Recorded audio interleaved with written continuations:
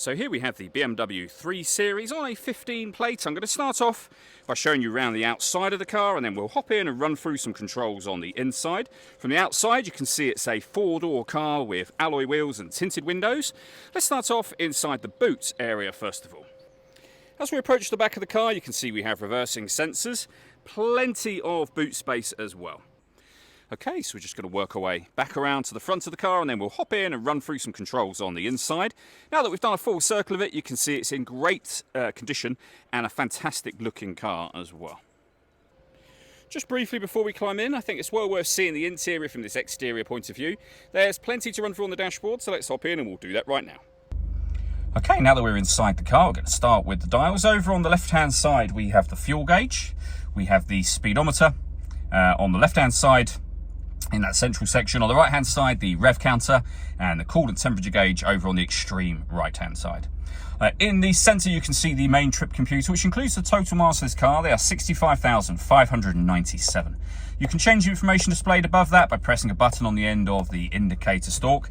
If we back out to the steering wheel, we have cruise control and speed limiter, stereo and phone controls. The phone controls can only be used after you pair the phone up to the car, which is done over on the screen in the center here. So if you go to the telephone heading and then from there you go to Bluetooth devices and follow the instructions on screen.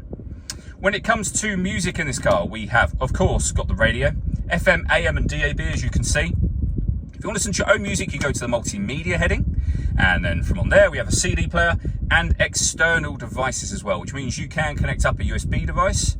You can stream your music wirelessly via Bluetooth audio, and we have auxiliary input as well. All the movement I'm making on the screen is being done using the X-Drive system, which is essentially this dial, the collection of buttons that surround it as well, but you can do everything from up on here. So you'll see as I rotate it, that movement is mimicked up on the screen. You can push it down to enter any of these menus, and you can go back a page as well.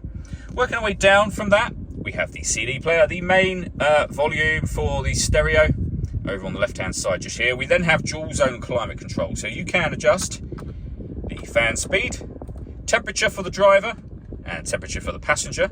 You can determine where you'd like the air to be distributed, and when you're happy with those settings you can then turn your air conditioning on, and same button to turn it off. It's on when that light shows, or hit auto. The car will now take full control of the fan speed and direction of the air to maintain those two temperatures for you.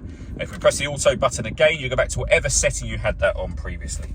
We have underneath here a 12-volt charging socket, and then underneath here a couple of cup holders, or of course you can leave that there as a kind of a storage tray. We have the 6-speed manual gearbox. We can turn off our traction control, and we can change the driving setup of the car from here as well. So you're able to put the vehicle into Sport, Sport Plus, you can put it into Comfort, which is your everyday driving, and then Eco Pro as well. All that leaves me to say is thank you for taking the time to watch this video. If you'd like to come and see the car in person and have a test drive, please feel free to give us a call here at Surrey Specialist Cars. We'd love to hear from you soon.